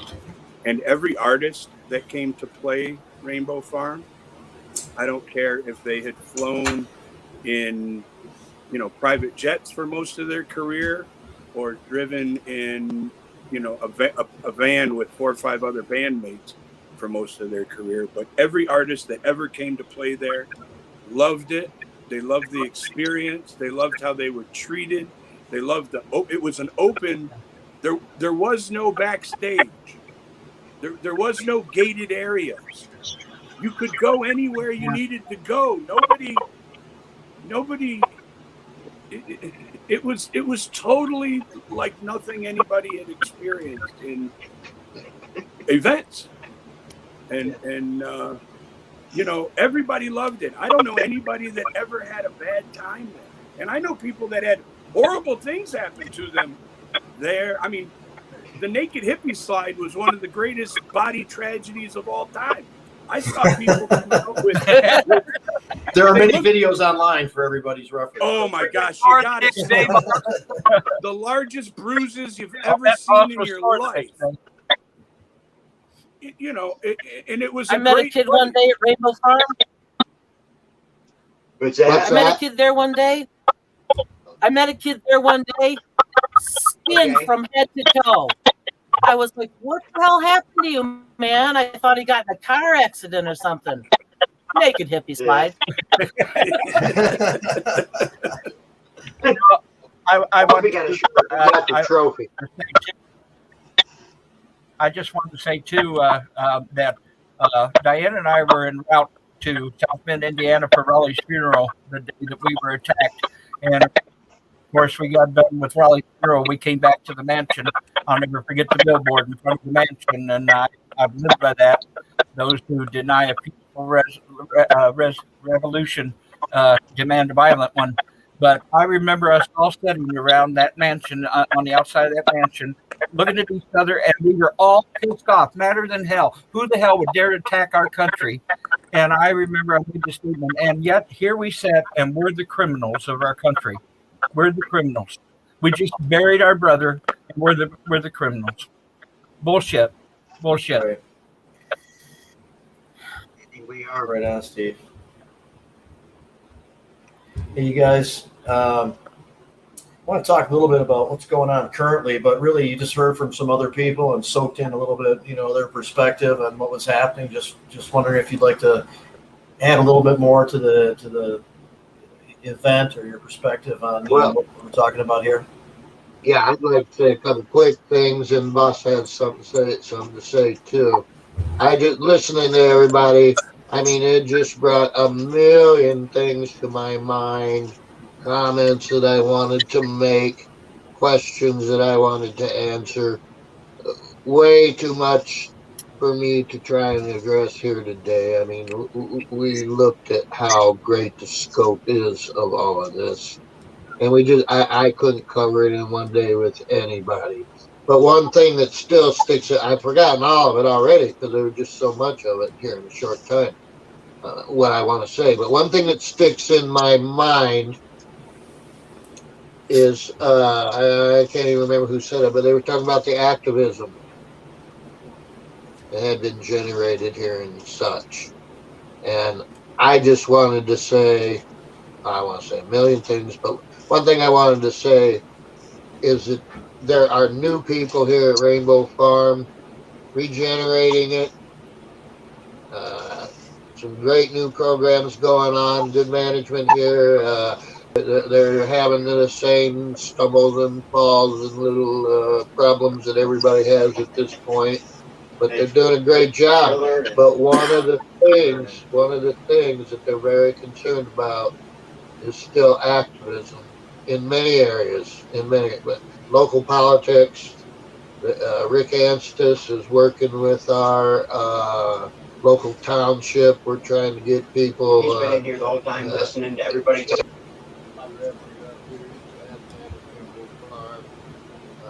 He and Moss. He and Moss and Dallas De Leon are running things up here, and they're doing a damn good job. Them and so many other people. Gary Leon, I mean, the list is endless. But the thing is, they're doing great things. I wish them real luck. They've got a crew with a heart of gold. They remind me very much of the old days out here. Even though we're doing this all on just a small sliver of the property, we don't have the whole 50 acres right now. We got 10, and then we got parking on some of the acres. But we're working on it, getting everybody to band together and take care of a larger crowd. And I want to thank these guys. And when you see advertisements or things going out here, I don't want to tell you should support them. Come out and see for yourself. Check it out. I love what they're doing. Doc's got a couple things. Oh, but I did want to say, these guys, they're going to be getting with you. They're going to be getting with you shortly to talk about the new thing now. Oh, yeah. Now, boss can say it because I'm shut. No, you're fine, Doug. Yeah.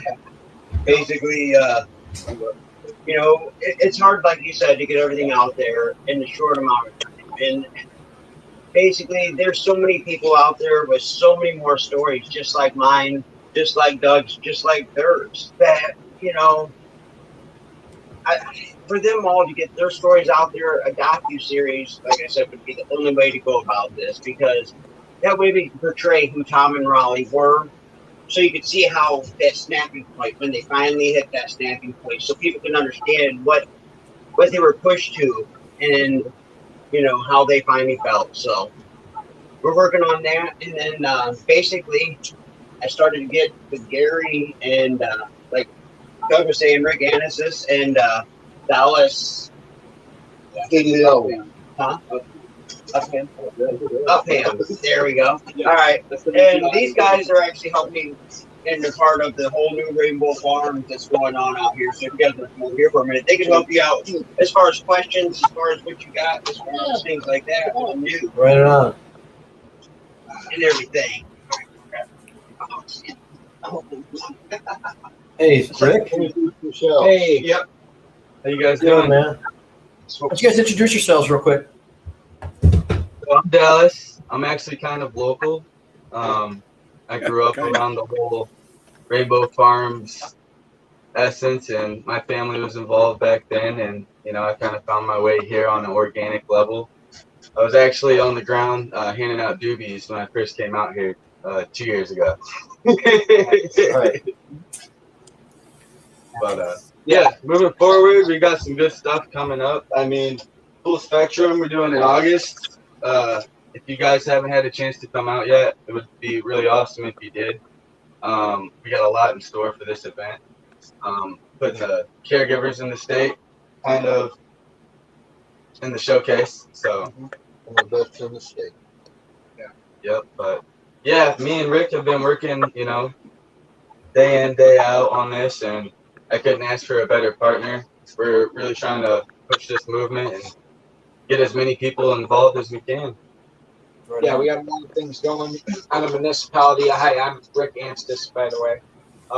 We have a lot of things moving forward on the municipality level because we're legal in the state, but on our municipality side of things, they still kind of holding the door closed on us.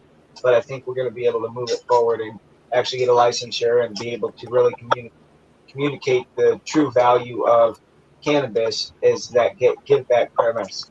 So as all of this industry builds up, I think we'll see a change in culture of how it gives back versus all the industries that we've seen in the last 30 years. Right on. Run for your local offices. Run for your local offices. Yeah, absolutely. So, what is local scenario right now? What's happening in the policy making department for your local government?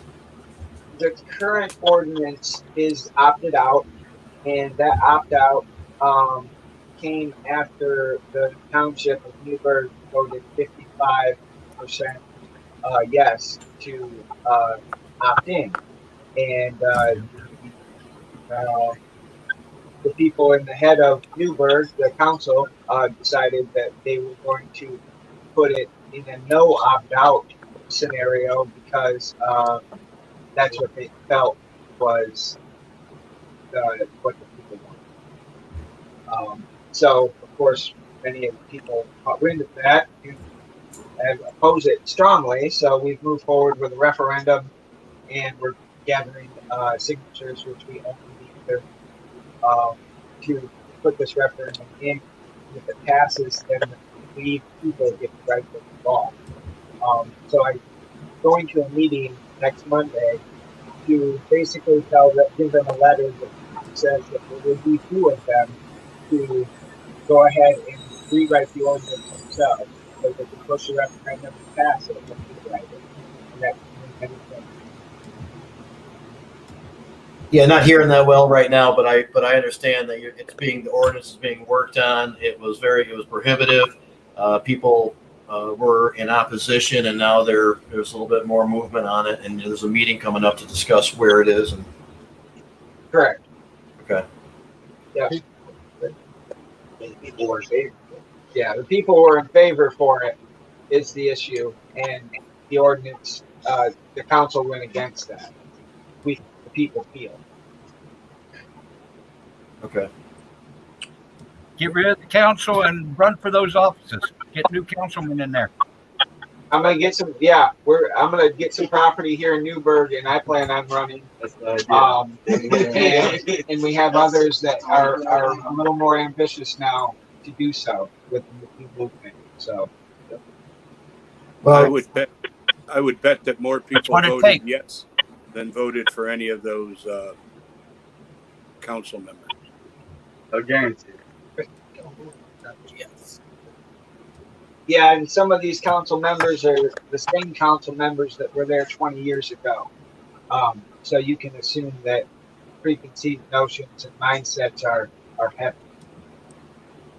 And they're a family, and I believe three out of the four of them live on the same road.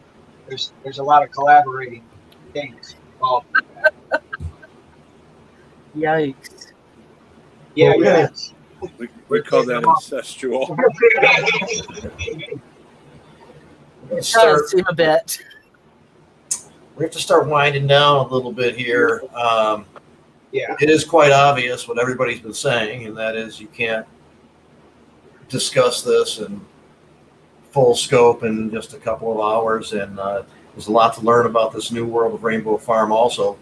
So let's definitely do another show and cover some of the history some more, and get in more to the event that's coming up in August, and do something before that event so we can help promote it and discuss what's going on there in the new world, and help to support in that way. We really appreciate your time and allowing for the space, and working to continue this legacy that some of us are just learning about. Very much appreciated, and I can't wait to make it out there. Yeah, come out anytime. Don't even call first. Okay, hey, that might happen. Don't tell Rick that. You had me at Naked Hippie Slide. Yeah, You'll love it. We had a lot of people at Naked Hippie Slide. Yeah, about a ticket for that. Get the cameras rolling. Yeah, here I come. So, well, thanks a lot, you guys, and we'll be in touch, and we'll revisit some of this stuff in just in the next few weeks, really, because I think this conversation needs to keep going. Doug and Boss, you guys really gave us some deep insight. A lot of people who are even aware of how the story's been presented over the years many times are saying that some real stuff got out here today, and just really appreciate that. And And obviously, Rev and Melody, thank you guys so much. You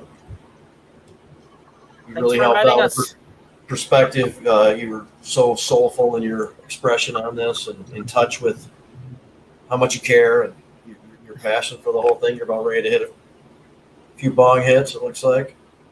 And is that Steve is displaying actual Rainbow Farm bong here. I smoked this with Tom and Rollie in 2000. I smoked this with Tom and Rollie in 2000. Amazing. Yep. Right on, you guys. Yeah. We got Spango back too. So. Yeah, sorry, the same. So, Adam, obviously, your input very valuable and your perspective, and you're a big part of the history at large. So, no surprise that you were here for this discussion with us as well. But really appreciate it again. I appreciate you having me. And if I could throw out real quick, I do have copies of Burning Rainbow Farm. If people are interested, you can hit me up on Facebook or social media, Adam L. Brook. Bring them up. A couple cases of them put up. So. Very cool. I'll take one. I tell you, they'd be gone. I actually gave a copy of Rainbow Farm to my therapist. Hey, we love everybody. Thanks a lot. Thank you guys very much. You guys. We're definitely going to be in touch very soon, and we'll keep this conversation going. And just want to let a couple other people have their final words here. Brenda, you visited that place a lot. You were a big part of it. You were very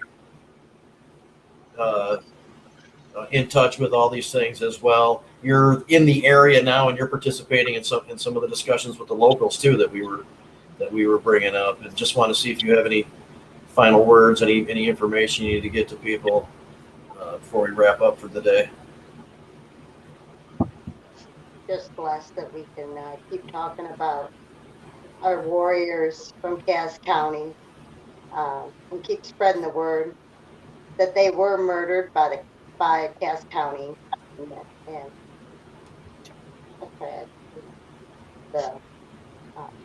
I was when I went there was in the before they started charged anything like that. It was just a place the locals went to for always a fire and someone playing music. Whether it was a guitar at the fire or, like terra firma, things like that. So, and then it led into this huge thing that never would I've ever believed. Right. Just amazing. But, the last time I went was when Renee Wolf was a speaker talking about how the government was giving her 300 pre-rolled marijuana cigarettes. And her had quite the discussion that day over a try to be bad. But, I'm just thankful to be a part of this conversation. Blessed to see my brothers talking and spreading the word. Well, we'll definitely thank you, Brenda. We'll definitely be back when we continue this conversation. Absolutely. And really appreciate it. Thank you. Right, let me see here. Hey, Jim, you came on late. Any thoughts on this stuff or anything else you want to leave us with?